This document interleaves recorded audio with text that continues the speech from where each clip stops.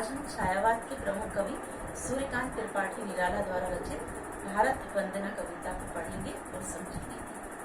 प्रस्तुत कविता में कवि ने भारत माता की वंदना की है। भारती जय विजय करे, हे भारत माता तेरी विजय का हम गुणगान करते रहे। कनक शस्य कमल धरे। यहाँ पर प्रस्तुत कविता में कवि ने भारत माता की तुलना सरस्वती माता से करते हुए कहा है कि जिस प्रकार सरस्वती माता अपने हाथों में कनक शस्य और कमल धारण किए हुए रहती है, उसी प्रकार भारत माता भी अपने हाथों में सुख समृद्धि और शांति लिए हुए है। लंका पदतल शतदल। भारत माता के चरण कमल लंका में विद्यमान है। गर्जी तोमी सागर जल। गर्जी तोमी अर्थात गरजता हुआ।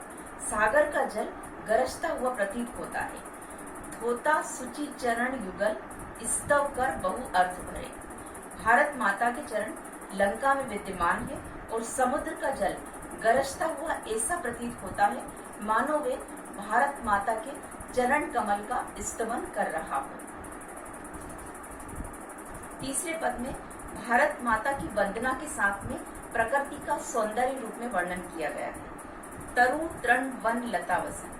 जिस प्रकार की प्रकृति की हरियाली को देखकर ऐसा लगता है जैसे भारत माता ने हरे रंग की साड़ी पहन रखी हो। अंचल में खचित सुमन। प्रकृति की हरियाली में जो सुंदर खिले हुए फूलों को देखकर ऐसा लगता है जैसे भारत माता की साड़ी में कई सितारे चमक रहे हों। गंगा ज्योतिर्जल गण, धवल धार हार गले। गंगा के पवित्र जल को देखकर ऐसा लगता है जैसे भारत माता के गले में कोई सुंदर हार चमक रहा हो। मुकुट शुभ्र हिम तुषार। भारत माता के चरण कमल लंका में विद्यमान है और उनके सिर पर हिमालय का मुकुट शोभायमान है जो सूर्य के प्रकाश की किरणों से चमकता हुआ प्रतीत होता है। प्राणव प्रणव ओंकार। चारों तरफ प्राणों को झकझोर कर देने वाली ओंकार की ध्वनि चारों दिशाओं में गूंज रही है।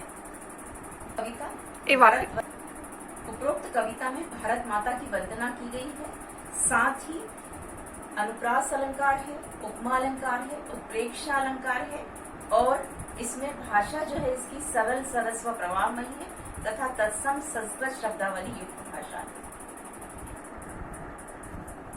इस प्रकार आज आपने छायावाद के प्रमुख कवि सूर्यकांत त्रिपाठी निराला द्वारा रचित भारत वंदना कविता को पढ़ा और समझा।